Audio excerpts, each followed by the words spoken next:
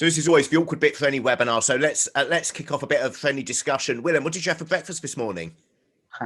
I had 2 pieces of toast. I was in a bit of a hurry because I'm on my way to go and do a very nice hike, 5-day hike with my daughter.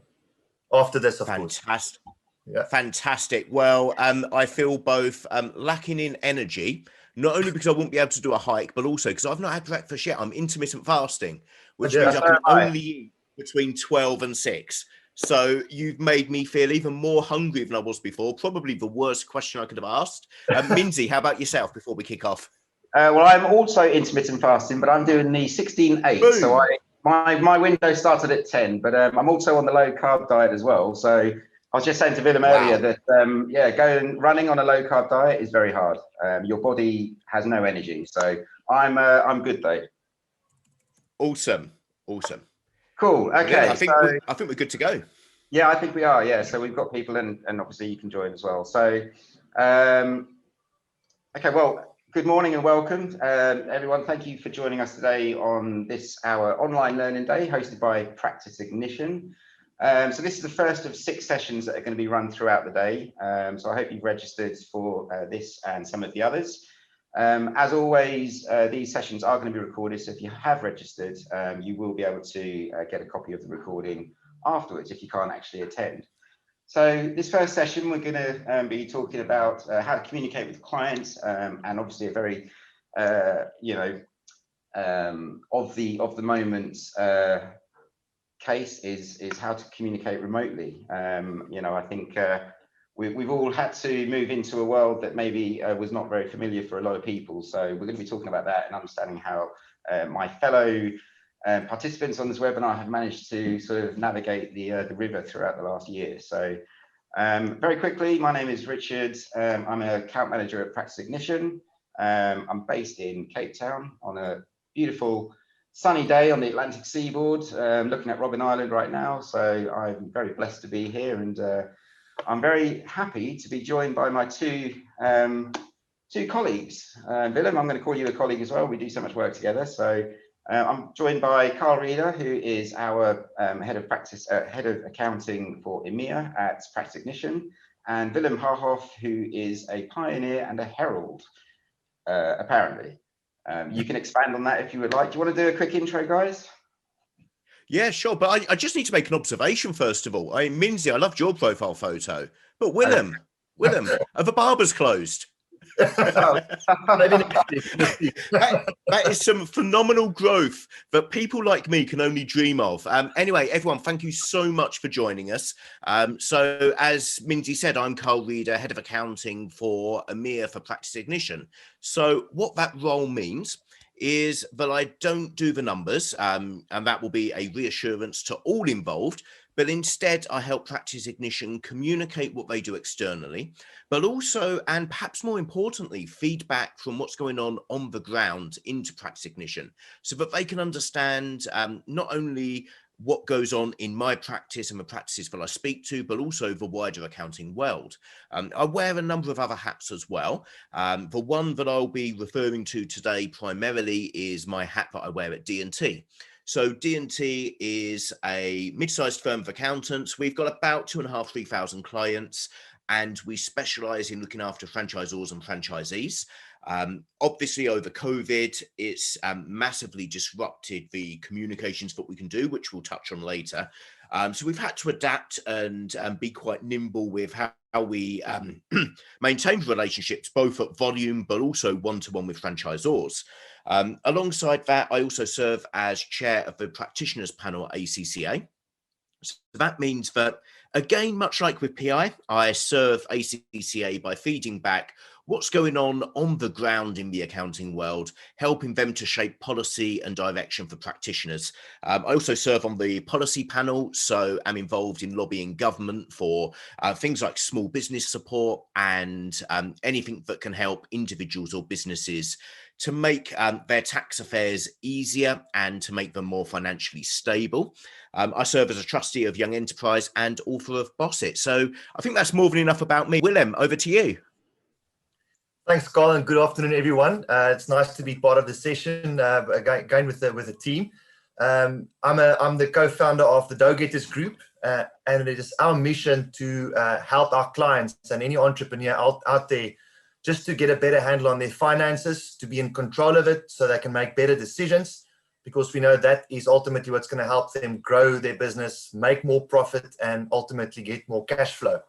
I also do not a lot of the actual groundwork in terms of day-to-day bookkeeping and accounting, and hence my title, if I can call it that. I'm the one in the team that likes to come up with new ideas, new plans for the future, driving our strategy, and planting some seeds in our own franchise networks, owners' hearts and minds, so that they can follow the lead that we provide. But very excited for today. I think there's a lot of cool stuff we're going to talk about, how we communicate with our clients in these times, how we can be more flexible, and looking forward to this. Cool, thanks guys. So yeah, the very rough agenda today is looking at adaptability, resilience, what you should be focusing on, I guess, as a business. I think a lot of people have learned a lot over the last 12 months and have probably already made some changes, but it'd be great to hear some of your stories as well. And then what does the future look like, I guess? As with anything, these are free-flowing conversations, so we will try and touch that agenda, but we'll see where it goes. So I guess, just open up the discussion. The elephant in the room is COVID. It has really changed the landscape completely. So I think a lot of people were probably caught unawares. A lot of people weren't ready to go remote, work from home. Some were very much prepared, I think. I think anyone who was an early adopter of cloud technology was probably in a much stronger position to be able to just pick up and carry on from elsewhere. So I guess, guys, what's your experience been over the last year, and how have you managed to sort of navigate that? Hey, well, it's been really, really interesting, enlightening, frightening, probably every other emotion that I could think of, actually.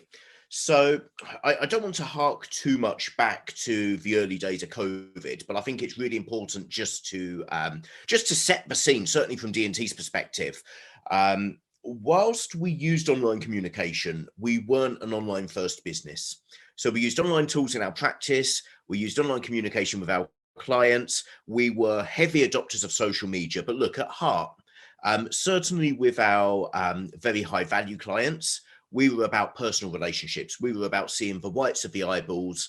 We were about having conversations over red wine rather than a virtual coffee. That's what we were all about. So whilst we had the tools and the ability to communicate with clients and indeed our team remotely, it wasn't embedded within our culture. So we had historically, we'd used email marketing, we had used social media, obviously we'd used phone calls. We didn't really tend to go for video calls in the past, because our belief was that if a meeting justified a video call, then provided the meeting could happen down to geography, we'd try and make it happen face to face. That was just the way that we did it. And we always saw that things like social media, for example, because I think social media is one of the key ways we actually communicate and build relationships. With social media, for example, we actually tried to make sure that we only used it as a top up for relationships rather than relying on it too much for opening and building. So we used it to just maintain the bank account, if we think of the emotional bank account, rather than build it up in any way. So yeah, it was really tough. And we heard the announcement in the UK in mid to late March that we were locking down and things had to change. We had to panic, go out, buy some laptops for a couple of our office-based team members and reorganize everything. But actually, despite what I've said so far, I strongly believe that our communication game had increased massively over the month. I think that we learned a lot on the job, and we changed and adapted so quickly and so flexibly that actually, I think our clients had a better output. So to give you a very broad outline of what we did, we diversified our online communications. We embraced video calls. We made sure that no team members did what we call buckethead, because if you speak to somebody and let's just say they have a hat over their face, that's no fun, is it? Speaking to a buckethead is no fun. Likewise, listening to somebody like this is no fun. So we made sure that people were comfortable to have their videos on, to be seen, and to try and give them the tools and I guess the emotional strength to be able to do something that was perhaps outside of their comfort zone before. We supplemented that with you've obviously invested in your office as well, which I always look at your office in your background and think, wow, that's a very good setup. Yes.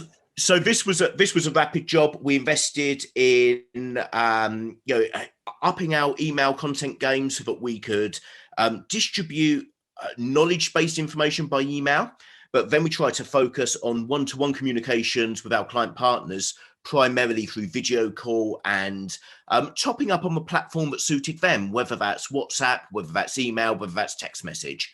So it broadened our communication capabilities, and I'm sure we'll go on to discuss where we see that going in the future.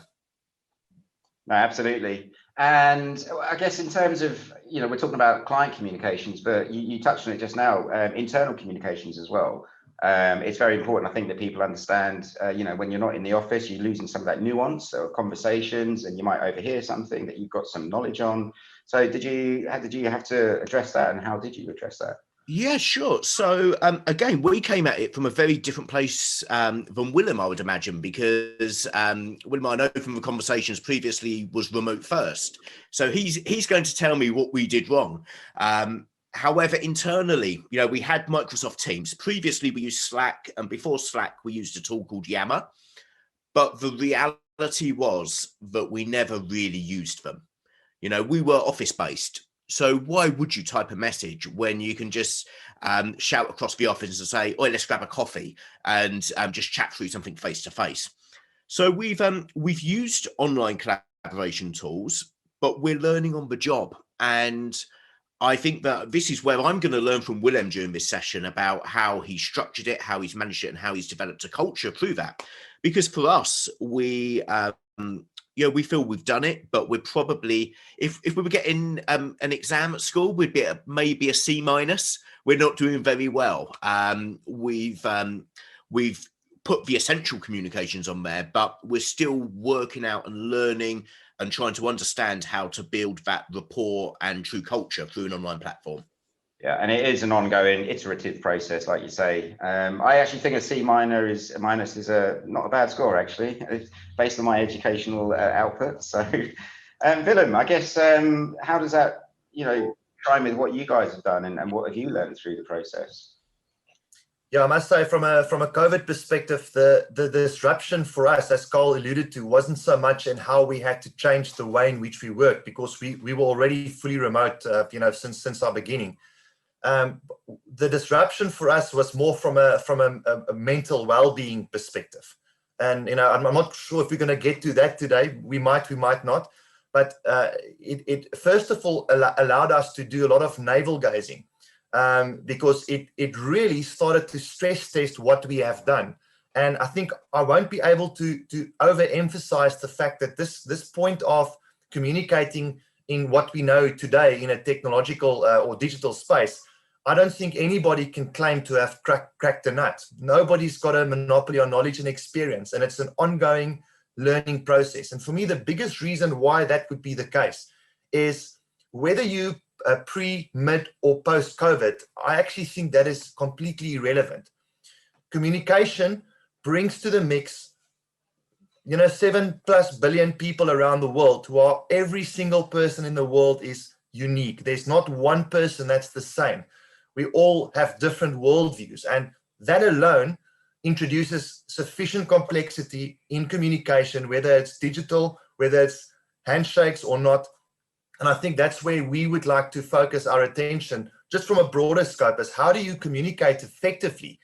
The tools that you use is just the facilitation of that communication. And sometimes it might create barriers. Sometimes it might facilitate better what you might have done elsewhere. But we like to think about that communication as a human-to-human interaction, and how can one, improve upon that. I think the other thing that really came out strongly, as I mentioned, is the mental well-being. The stress test of actually now being forced inside your home for an extended period of time, almost getting used to the idea of, well, I can't go anywhere, so I'm not going to go anywhere. other areas of your life that might be impacted negatively. So I think that was for us the biggest disruptor, was the mental well-being side. And I think one of the things I was thinking about, part of there's different types of communication, right? Depending on whether you're doing I guess your marketing, your social media communication, whether it's communication with a new client, whether it's communicating with existing clients about service changes or whatever it is. But I guess focusing on the how you engage with people that are new to go-getters or D&T, a lot of the face-to-face and the old worlds, it was about building up trust, right? And that's built up through presence, through understanding. You get a feel for somebody. So how, if at all, does that change when it is remote? And how do you go about building up that sort of trust relationship and that trust economy? Sure. So we've not onboarded a huge number of team members over COVID. I think we've onboarded about 4 or 5. So we've got limited experience, but we do have experience. So I just wanted to caveat my response just on that basis. And look, it is really difficult to perform an induction, not so much from a technical perspective. It's very easy to run through the health and safety regs and the money laundering regs and so on via a video call. In fact, it's easier because you can record it and just rinse and repeat for each new starter. But the real challenge with an induction remotely is truly setting that cultural tone from day one. And setting that vibe so that people understand how the business does things. It's very easy to explain theoretically how you do it, and the nuts and bolts of the systems and processes, and the nuts and bolts of what you must and must not do, and the code of conduct, or whatever it is you're trying to explain. But the sixth sense that we all have about how an organization really works, I think, is very difficult to gauge when you're not present and in there. And we've all had it ourselves. If we think to our back to our client-facing days, or if we are currently client-facing, back to when we could go out and meet clients. Often we would see a set of numbers that would come through on a ledger system. The ledger system looks the same regardless of who the business is. It's just it's just dots and digits all over a page, and we don't really get a feel for the client. And then that the client, I guess the avatar, the understanding of who it is we're dealing with, who we're communicating with, that builds up over time. So we might see their website. So we shape something based on how they've portrayed their business to be. We then hear them on the phone. So we get to know a little bit of a personal side, but it's very guarded because we haven't met them. And it's only when we walk into the shop or into the factory and we can sense how the employees are relating to people. We can sense whether the stock is all nice and orderly or whether it's really messy everywhere. That's when we get a true sense of who it is we're dealing with and how we communicate with them. The same goes for team members joining us. We could send them the same document and it could have a flashy logo at the top and be really well designed, or it could be just knocked out on Microsoft Word with the stock font. They will both give two very different impressions, but the real impression, the truth, is when they actually come into the work environment properly, meet their co-workers, so on and so forth. So what did we do with our team members? We tried to replicate the knowledge-based stuff as early as possible in the process. But we also made sure that as soon as we could, we set up our workspace to be COVID safe. So we've maintained our office premises over COVID. And there's certain government regulations that we've needed to go through to be able to do that. So in terms of protective equipment, in terms of distancing between where people sit, sanitization, arrow stickers on the floor, all of this stuff that we need to do. But what that's allowed us to do is just to make sure that even if it's only for a day or so, new joiners can come into the office and meet a couple of the people. It's under different circumstances, and at any one time in our office, we probably have maximum, 6 or 7 people at any one time. It really is bare bones. For our COVID safe, we've gone for 1 person per pod of 6 desks rather than the strict 2 meters. We've tried to be belts and braces with it, and practically that's the easiest way to make it COVID safe. But it just means that people can come in, get a feel for, the tone of voice that people use when they come in and say good morning to everyone. So they can get a feel for where the coffee machine is when things come back to normal. And hopefully that means it won't be such a shock, because our biggest concern was that we could onboard somebody virtually, But when it comes to whatever point we're back to normal, whether it's summer, whether it's winter, whether it's next year, the first day of coming into an office of complete, you imagine walking into an office of somewhere you've worked for a year and a half, but it's a sea of new faces that you've never met. It's going to be quite nerve-wracking, probably more nerve-wracking than joining a new business. So we've tried to preempt that fear and reduce that fear as much as we can. Yeah, that's cool. So Willem, I guess from your side, you obviously Doget has been on an interesting journey, and that journey is continuing. You're expanding. You've got some franchisees now, so you're spreading the Team Doe love, put it that way. But how do you? And I'm sure you've learned some things out of that process. But how do you make sure that the communication from each of those entities within the Doe group, are talking at the same cadence, with the same message, the same culture? What have you learned in that process? Yeah, that's a very, very difficult imperative to get right in any business. And I think I want to start off by saying that I personally believe that it's impossible to eliminate physical human-to-human meetings and interaction. And I'm sincerely hoping that's going to come back very soon. Because we're always very intentional, whether it's internal meetings, whether it's client meetings, that we relish any opportunity to go and meet somebody physically somewhere, whether it's in their office or any other location, because we don't have our own office. So we always rely on other locations.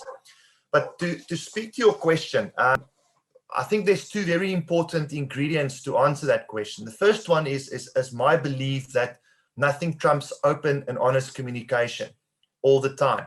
And you can apply that principle in whatever setting. We've got a saying in our team, no holy cows. And I hope that doesn't offend anybody. It's not meant that way, but there's nothing in our organization that cannot be put on the table by anyone to be discussed. I mean, from a structure perspective, we've got a very flat structure. So we don't like to think of ourselves as that's the boss and that's the worker. We don't operate like that. So that's already part of our culture, is the way in which we structured and how we relate to one another. Obviously, from a functional perspective, there is somebody with who the buck's going to stop. We understand that, but that's functional. That's in the day-to-day execution of activities. But relationally, we operate in a very flat structure. So we always welcome any kind of question, any point for discussion, because nobody in our team has the answer to everything. I think that's the key component to getting that culture right. The second aspect is the whole idea of having a mission statement. Now, this is dangerous ground potentially, because it's something which I believe the corporate world managed to really mess up. There's stronger language I can use, but it's that typical, you spend 3 days in a retreat, everybody gives their ideas on a flip chart, and you craft this beautifully written mission statement that's 2-3 sentences long. It's very aspirational, and the moment you leave, nobody can remember what it is. Yeah. And then somebody goes and they put it on a wall. Nobody pays attention to it because it's not done right. Now, I'm not holding myself out to be the master of mission statements, but one thing that I do know, and David Rawlinson, I think, is joining us today. He's put a comment in there saying no lightsabers today, Willem. And that's a reference to a meeting I attended yesterday where I used Star Wars as an analogy. And I want to go back to that if you'll allow me. Please, when you watch Star Wars, from the very first scene, something is extremely clear in that movie. This whole movie is about good overcoming evil. And the main character, Luke Skywalker, he's on a mission to overcome the evil empire. There's no ambiguity about that. Everybody knows that's the mission.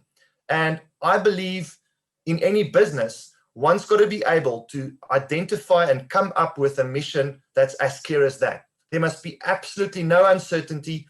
Every single person must know what that mission is. That's the only way in which one can unify a team, whether you sit remotely or not. You have to unify around a common cause that's got some aspirations in it. It's going to solve some, universal injustice. That's what it's all about. And the only way people are going to remember it is by repeating it as often as you can. just like marketing, mission statements, marketing, all that stuff is an exercise in repetition. And so what we do internally is we have as many meetings as possible, and those meetings always start with, what is our mission? And we don't go and say, everybody, our mission statement is. No, it's common street language that we weave into everything we do, everything we discuss. It always comes through. And I believe those two things, open and honest communication and a very clear, concise, easy to understand mission statement that you repeat all the time. Oh, Willem, you have smashed it with that answer. And I just want to cover that off with a couple of quotes as well. But hopefully, if anybody takes anything from this session, you'll use these quotes and keep them within your business. So the first one is a quote from a guy called Tony Robbins. Now, I'm not sure if many people know who Tony Robbins is. He's an American motivational speaker and author. And one of his favorite quotes is, repetition is the key to mastery. How do I know it? He said it 100 times. So that's the first thing. The second thing is a quote, and I'm going to paraphrase it because I don't know the exact wording of the quote, but it's from one of the founders of LinkedIn. And that is that by the time you are bored of saying something, other people are only just starting to hear it. We often underestimate the amount of communication needed for a message to drill home, whether that's with our team, whether it's with our clients. We often think that we say something once and once is enough, but actually there is so much noise in our world. And I would ask the attendees to be very honest with themselves right now. How many times have they checked their emails during this webinar? How many times have they, gone through the loop that we all go through? Let's be honest. We've all gone through the social media loop in the evening of picking up our phone and opening up Facebook and then closing it, and then Twitter, then closing it, then Instagram, then LinkedIn, and then back to Facebook again in case something's changed in the 3 minutes. We all do it. And we have so much noise in our lives. But actually, for a message to penetrate and to be truly understood emotionally, it needs to be heard a whole lot more than once. There was an old saying that the key to marketing was to have 7 or 9 touch points, I believe. That's in the old days. That's when people were reading newspapers and seeing billboards and going out. Nowadays, I believe that actually we need to be so much stronger than that. I think of a brand that has been continually remarketing me on Instagram. So for those that don't know what the term remarketing means, it's those poxy adverts that crop up everywhere you go on the internet. And it feels like this brand has remarketed to me about 10 or 11 times. Reality, they've probably been there each and every time I've opened the app. Every time I've gone through that repetitive cycle of going through different apps and checking emails, I've probably seen them thousands of times, not 10 times. But we really can't underestimate. If you've got something important to say and your mission, your vision, your values, your culture is truly important for both your team and your clients, you need to say it over and over again. So I think, sorry, Richard, the trick with that is, and first of all, again, I want to say that we haven't mastered it. It's an ongoing journey. We're continuously learning and fine-tuning it.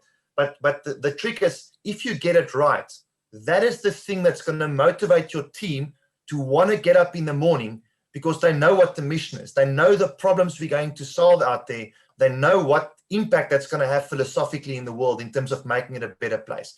That's why people get up in the morning. That's why they give it their all when they do their work. Again, it doesn't matter where you sit, but that's what's driving us and unifying us against what we want to achieve. No, that's interesting. And Carl, just to go back to your second paraphrased quote, I can't remember it, unfortunately, but you need to keep repeating the message and get it out there, because it's on the when you're bored of saying it, that's when people hear it, or something like that. So it's roughly along that line, yeah. Yeah, no, that's fine. So when does communication become too much? So when does sending all these emails out with marketing or outreach and stuff, when does it become spam? Where's the balance, and how do you sort of navigate that world? Okay, so again, this is just my personal opinion, and I think everybody will have their own views on it. Some people believe that one cold email message is spam and should be reported and burn in hell, and there's others who they just tolerate junk email coming in every hour and they ignore it. but they have a tolerance to it. So we all have our own level of comfort about communication levels. And look, there is a realistic amount. What the differentiation that I want to put in here before going into, I guess, the detail of how much we should do is we need to look at where the value is in the equation. Because the problem with your question, Minzy, is if I was to answer it directly, I could give a very token answer of once per day. Right. However, what I've not done is I've not split and separated between spam and something that's truly valuable. You know, if the National Lottery contacted me every hour to say that I've won £10, I'm going to welcome it. I want them to contact me every minute and say I've won £10 because that number's going to add up. There's an inherent value to that communication. That's the kind of message I want to see more. Sorry? The content is key then, really. The content, but more importantly, where the value sits. And one of the things that we get confused with, if the lottery tell me I've won the lottery, the value sits with me, not them, because they're giving me pounds, shillings, and pence. Okay. Yeah. As advisors, as suppliers, sometimes we confuse where the value sits. And sometimes what's valuable to us to communicate isn't necessarily valuable for our clients to receive. So we need to take a real long, hard look at the communications that we're having. If we're talking about email or other volume mass marketing, and we need to understand that, does this truly benefit our client? Does it truly add something to them? Or is it promoting our services? Is it helping us achieve our goals rather than helping them achieve their goals? Now, clearly the golden rule of where we all want to get to is alignment on that. We want whatever benefits us to benefit our clients as well. But the reality is that we often don't view things in the same way that our clients do. How can we overcome that? How can we make our communications more valuable? Ask our clients. Ask them what they want from us. Ask them what content they want to receive. Once we know that, we can then ask a very simple question: how often do you want to receive it? But I think that's a really long-winded way of saying there's no one size fits all. And in terms of how much we repeat and how much we offer, we need to look at where the value equation is, and that should steer us towards how much and also what method we communicate it with. The challenge with emails, I mean, we touched on emails being spam, and that's generally my view. I've been through a few years without really checking emails, and it's been the best few years of my life. I don't think that's a coincidence. The challenge with emails is that email communications as a platform has been dragged down to the lowest common denominator by people just using but then abusing email marketing. In the UK, we've got regulation against it now, and it's all a bit of a minefield. So I would also ask the question about the channel that's used. And if email is believed to be the correct channel, we have to question if there actually is value, and how do we make it valuable, and how do we make it compelling enough to open? So yeah, a really long-winded answer to a very simple question, Minzy. Well, I like to ask simple questions, and a long-winded answer is good, so don't worry. And Willem, I guess from your side, there are obviously multiple channels of communication these days, right? Social media, even WhatsApp, you know, so many different ways that you can communicate. So what have you guys done at DoGetters to, I guess, think about how you communicate, whether it is directly or whether it's through some kind of marketing channel like I don't know, Facebook or LinkedIn? How do you guys approach that? Yeah, thanks. Look, personally, I'm a minimalist at heart, and I try to keep things in all aspects as simple and as straightforward as possible. So from that perspective, you know, when we communicate, we always want to be very clear about the content, the key message we want to get across. And I want to just latch on to something that Carl said, which is, you know, where does the value sit in your communication? For me, that's an absolutely fundamental question. As accountants, and this is a gross generalization, so, you know, put on the shoe if it fits. As accountants, I think many times we've done a great job positioning ourselves as what I would like to refer to as the hero in the story. We think of ourselves as we're doing our clients a favor by being their accountants, by doing them, you know, doing their work the way we do it. And I think one has got to flip that on its head. the clients are actually what matters. It's the client that is the hero in the story. If the client is not there, then we are not there. So if we look at it that way, why would I want to bombard the client with content which in most of the times might just be talking more about myself as the accountant? Why would I want to do that? And a simple analogy for that is if you go think back to your school days, I don't know, whether you were the jock or not, or the schoolyard bully or not, but think about the person in school that was the high achiever, the best in sports, and maybe also even a bully. And that was the person who always spoke about themselves, how well they did in sports, how fast they can run, how many distinctions they had, and when they finish, whatever the case might be. And if you think about it, that's somewhat tone deaf, because most people actually don't want to hear that. It doesn't add any value to their lives, as opposed to the person who's always concerned about the other people. How can they help people who's around them? How can they add value to their lives? And so I think it's a fundamental shift in how you view yourself in that relationship, that client-advisor relationship. So what we do at Go-Get is, philosophically, we position our clients as the hero in the story. Please allow me to go back to Star Wars. Luke Skywalker, if it wasn't for him, the evil empire wouldn't have been overcome. How do we fit into the picture? Well, I like to think of ourselves as Yoda or Obi-Wan Kenobi. They're legends in their own right. But Star Wars was not about Obi-Wan Kenobi and Yoda. It's about Luke Skywalker. Obi-Wan and Yoda had just as much powers as Luke Skywalker, if not more, but they helped Luke Skywalker navigate his way through all the drama, all the conflict, so that he could eventually overcome the evil empire. That's how we see ourselves. And I think with that in mind, we're very careful how we communicate with our clients as much as possible. We only push stuff through if we believe it's going to add value to them in their decision-making, how they move forward, so that they can ultimately win. Because if our clients win, then we win. So again, sorry, I also gave you a very long-winded answer, and perhaps not as practical, but I think we can't be practical unless we get to the philosophical side and get that right first. Absolutely. And Willem, I'm going to pick that up and run with it just ever so slightly based on a question that's come in from Cindy as well. So Cindy has just mentioned about her communications, but she's been trying to provide clients with targeted information around COVID. So in the UK, we've had furlough schemes, we've had loans, we've had grants and so on. But in the past few weeks, she's discovered that there's info fatigue and that the comms have proved counterproductive.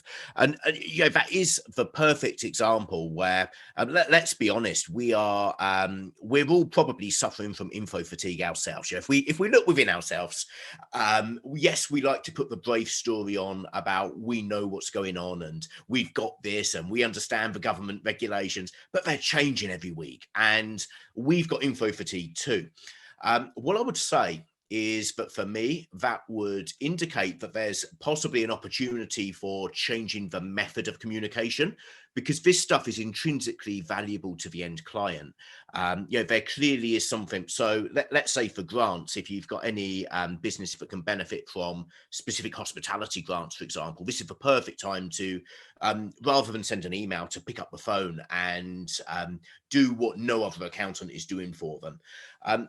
But Willem, the bit that I wanted to go back to, if I can, you touched on the need for empathy and not being the hero of a story. And I think it's really important, whether dealing with colleagues, but also clients, to understand the mental state that everybody's in. And we touched on that earlier, but we didn't really cover it off.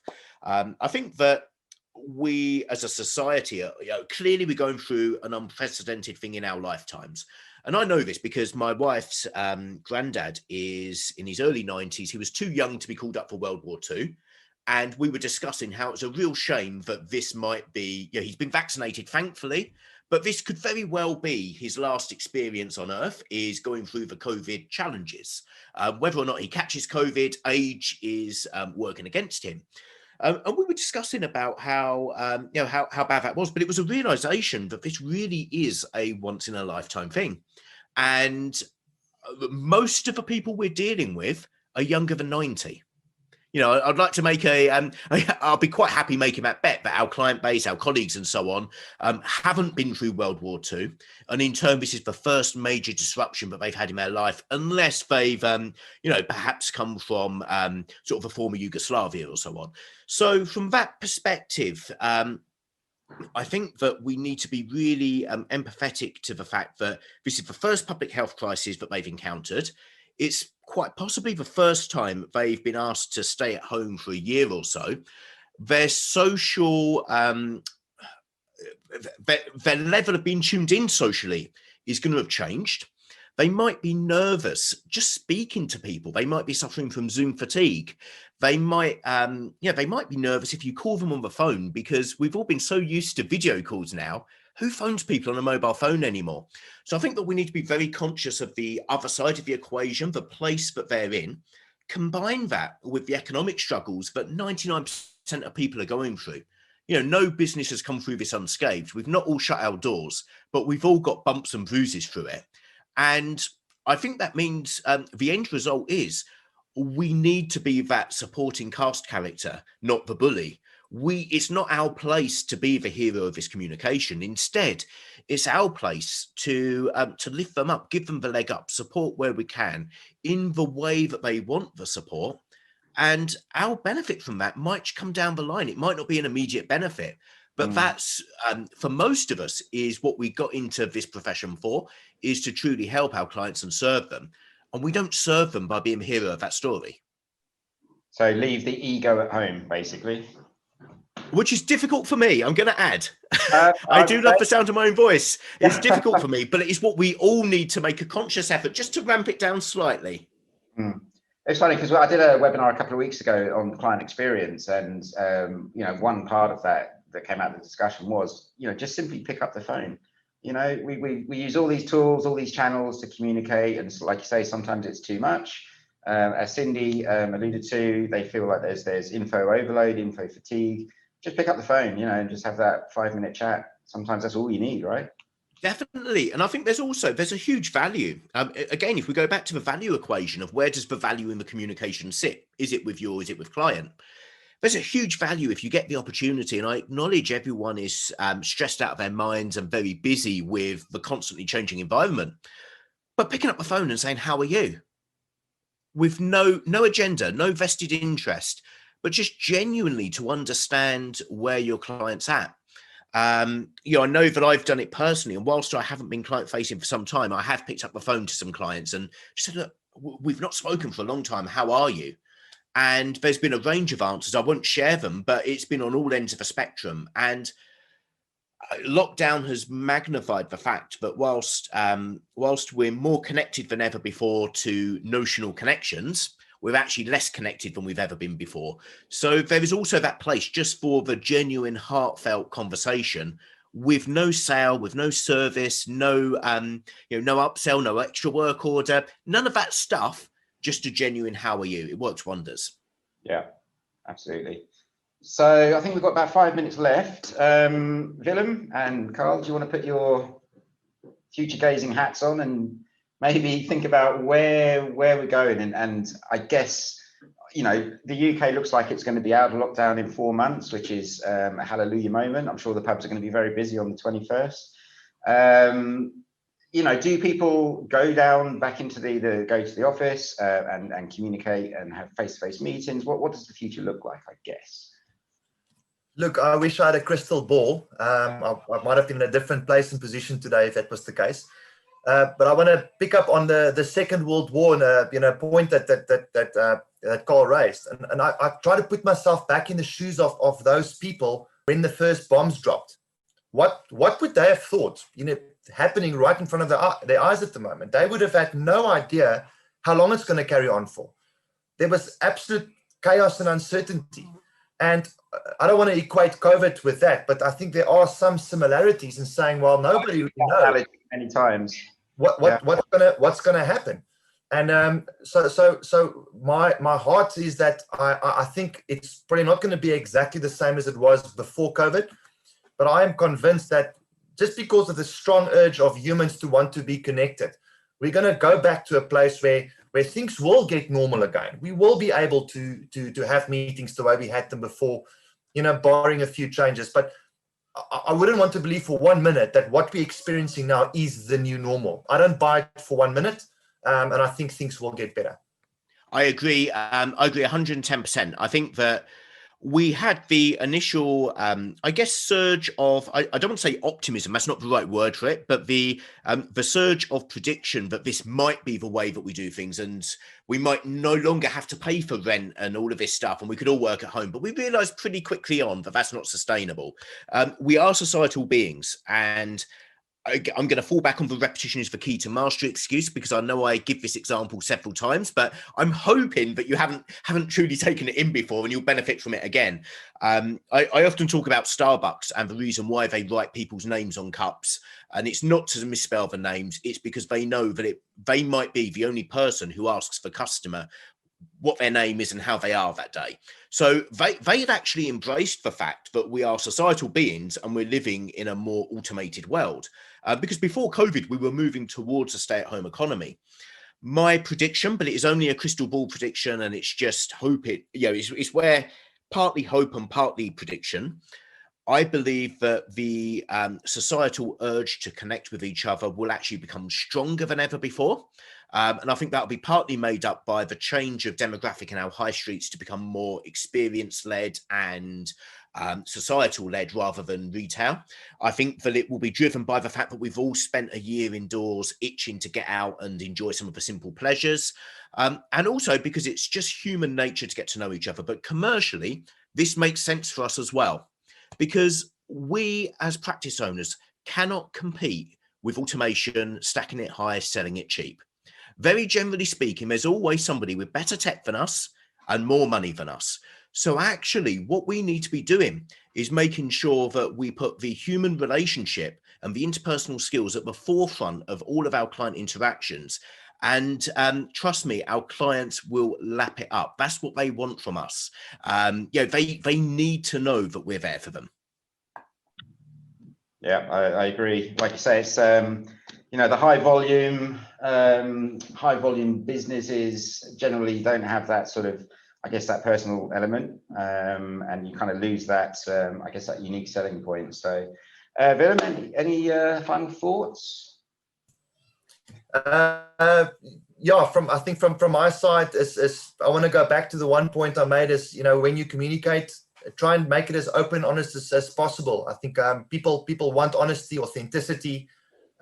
Nobody wants to hear somebody just say stuff to, for the sake of saying it. It's off-putting. Yeah, no, 100%.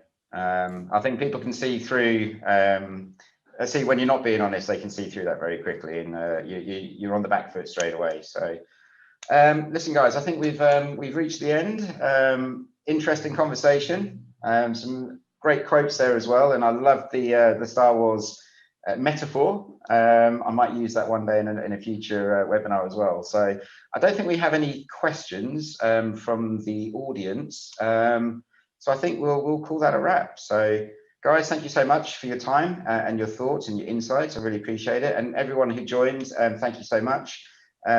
Recordings will be shared after the event. And if you are joining some of the other 5 events for today, I hope you enjoy them and get the most out of them. So thanks everyone for joining. Wonderful. Thank you, everybody.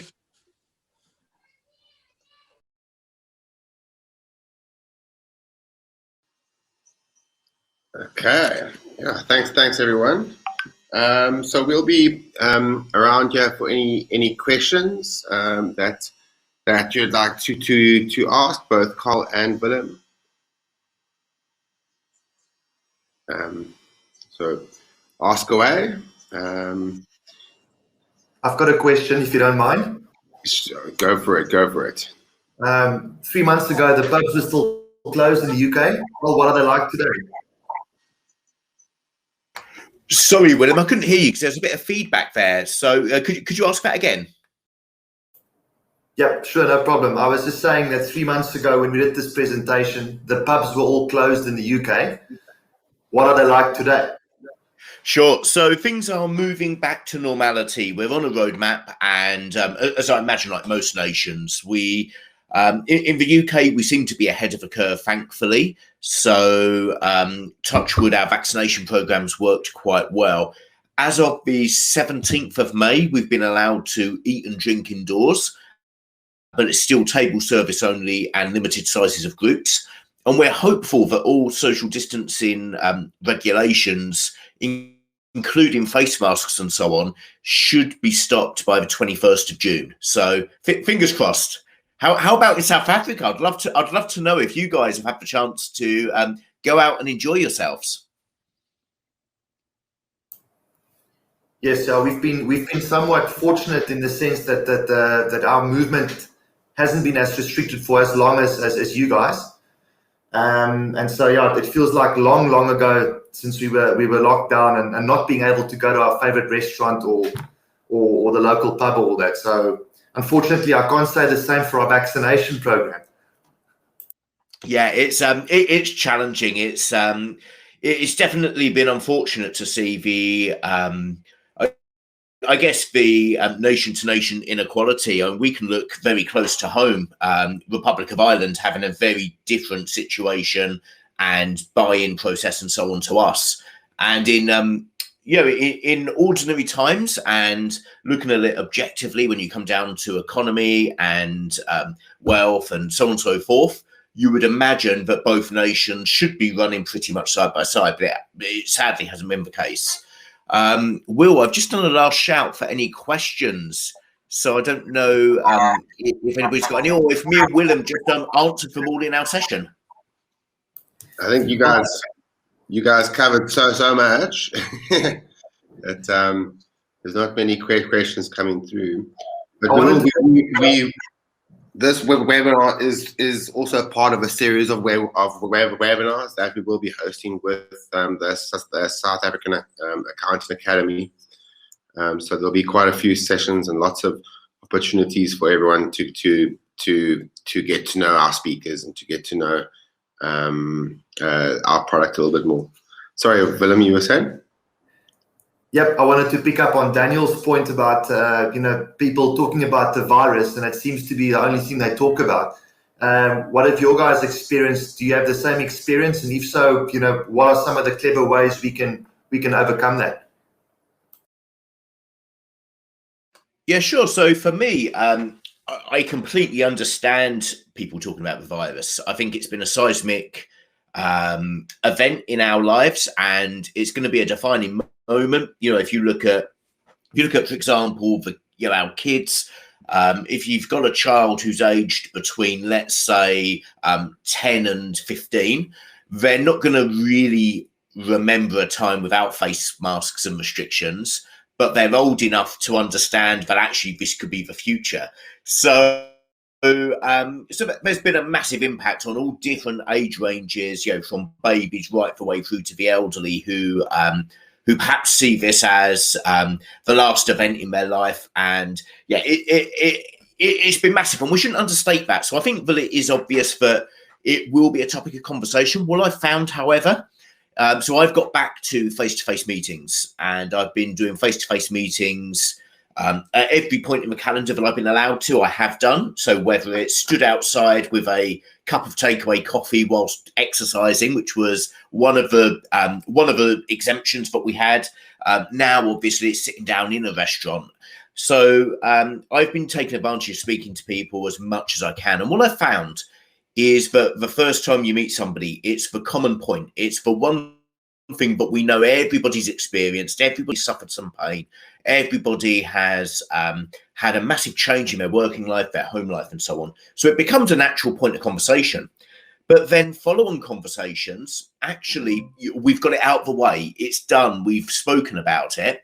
And going forwards, things are back to normal. And, I'm speaking to people now who I've met maybe 2 or 3 times since the relief of lockdown. And now we're just talking about stuff as usual. We're gossiping about friends, and we're talking about sport, and we're talking about what we're going to be doing at the weekend and so on. And in some respects, when you're in that environment, it's actually really empowering, because COVID seems like a thing of the past, and it's just something that's on the news when it has to be. So So yeah, circling back around to what Daniel mentioned, I do see it as an issue. I do see why that's a concern. Unfortunately, it's the pain you need to go through of just getting out there, having the conversations. It's a bit like speaking to a British person about the weather. You know we're going to ask about the weather. You know we're going to want to talk about the weather. But once you've got that 5 minutes out of the way, it gets better, I promise.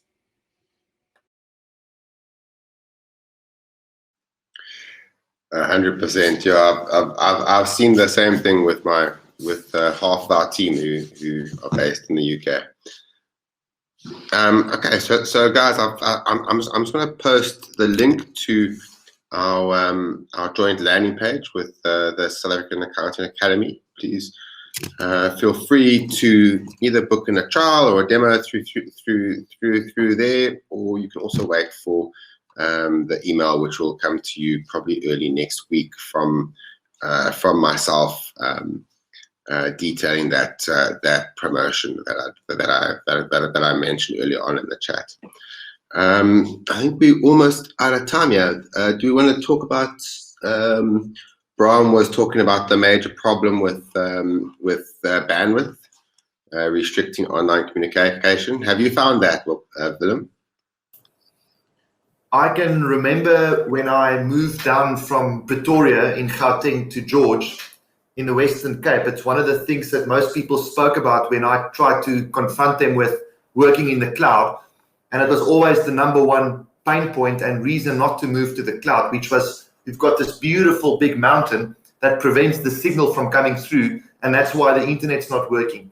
And so I found it quite interesting. And I mean, this is not to downplay, communication, because I know there's a reality around last mile effectivity in many parts of South Africa. I see that as a problem that's decreasing all the time. I think connectivity is becoming better and better. I've certainly never had a problem where we live in George, and maybe we some of the lucky few. But I think the world is heading for everything in the cloud. I don't see it ever going back again. And so, my view is that I try to find ways to overcome any challenges that I might find in that regard. And again, I think I posted something a little bit earlier about fit for purpose communication. I think there's so many different ways in which we can communicate. And the challenge would be to find the best method to make an impact and influence your client in a positive manner. So let me add to that, Willem, as well. And it's not my place to speak about bandwidth within South Africa, but I can talk about bandwidth at my house, which is in a very remote village in the UK. So we are we're not on the mains for we are on the mains for electricity, but not for gas. We have to have separate heating oil. We're not on the water mains. And as you can imagine, as a follow-on from that, we are at the very end of the phone lines. So our domestic internet is dreadful. And what I found, so a practical tip, Grant, I find Zoom is horrific. Zoom just does not work for me. However, Google Meet does. So what I would say from that is try different packages. The bandwidth that gets taken up by the packages differs. I find that Zoom is very resource intensive. Teams is fairly resource intensive. Google Meet seems to optimize it better. So that's the first thing. And what I've done is I'm actually working off of a 4G mobile phone SIM card. Unbelievably, my whole business is running off of a £20 a month SIM card that I've managed to hack and put into a router to get internet access. So that's the reality of where I am. However, Willem, you touched on cloud, and you're absolutely right that everything will be migrating that way. And I thought it was worth just calling out our experiences of online accounting, because we put online accounting in for our clients back in 2002. Now, if you remember back to 2002 and the bandwidth in 2002, it didn't matter whether you lived in a village or a city, you had dreadful internet. And the reality was that we worked around it. It was frustrating. It was painful. Things took a bit longer. We were using a package called iCash. So this was 5 years before Zero hit the UK, because that came in 2007 when we took it on. It was probably 3 years before broadband became a thing. This was back when it was still dial-up, and you'd dial in, and there'd be the funny noises before you connect. And every transaction took a minute to process because of a lag on dial-up compared to what we expect now, the instant hit. But actually what we found was that the benefits of working remotely and the benefits of having live data and live conversations rather than posting letters to each other and posting, at the time, floppy disks or CD-ROMs and them getting broken in the post, the benefits of it being online, despite it not being ideal for our bandwidth, it still outweighed the other way of doing things. And certainly at the moment, when things are still up in the air and people are still reluctant to meet face to face, they're still reluctant to go back to the office and so on, whether you're allowed to or not, there's still a hesitance. I think that you unfortunately need to work with the tools that you've got. But yeah, as a practical takeaway, do try out other platforms. If you find one package lags in some way, it might be the package, not your bandwidth. Yeah, 100%, guys. Is there anything else any more last questions from the audience? If not, we're going to be saying goodbye soon. So while we're waiting for that last question, I just wanted to say thank you very much, both Carl and Willem, for joining us today, and thanks to SAAA for hosting us. And it's always great to be engaging with the South African Accounting Academy members. Thank you everyone for attending. Willem and I had the easy job of watching ourselves on videos, so thank you so much for joining us. Thanks everyone from our side as well. Cheers everyone. See you guys soon. Bye.